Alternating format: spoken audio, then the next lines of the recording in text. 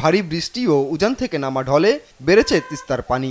লালমনিরহাটের ব্যারাজ পয়েন্টে বিপদসীমার নিচ দিয়ে পানি প্রবাহিত হলেও প্লাবিত চরাঞ্চল। পানিতে তলিয়েছে বাদাম ও ধানসহ বিভিন্ন ফসল। এছাড়া জেলার আদিতমারী উপজেলার তিস্তা তীরবর্তী মহিষখোচার নির্মাঞ্চলের রাস্তাঘাট সহ বাড়ির আঙিনাও তলিয়েছে পানিতে। দুর্ভোগে পড়েছেন স্থানীয়রা।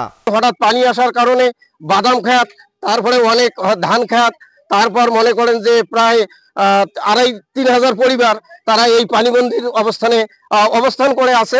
পানিবন্দিতে অনেক কিছু ক্ষয়ক্ষতি হয়ে গেছে। বাদাম, ভুট্টা, তারপরে এই যে মানে বেসন, এটা সম্পূর্ণ নদীর মধ্যে চলে গেছে। আজকে নদীর পানি কমতে শুরু করলে দেখা দিতে পারে ভাঙন।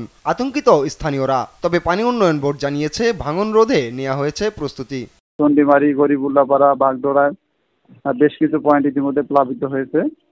এছাড়াও আমাদের রাজপুর তাজপুরও ভাঙন আছে। একইভাবে ধল্লাতেও আমাদের বুদারু, বাঁশরিয়া বেশ কিছু পয়েন্টে ভাঙন আছে। এসব তথ্য আমরা ঊর্ধ্বতন দপ্তরে প্রেরণ করেছি।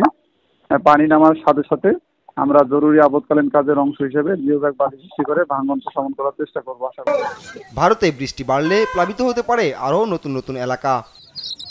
নিউজ ডেস্ক, দেশ টিভি।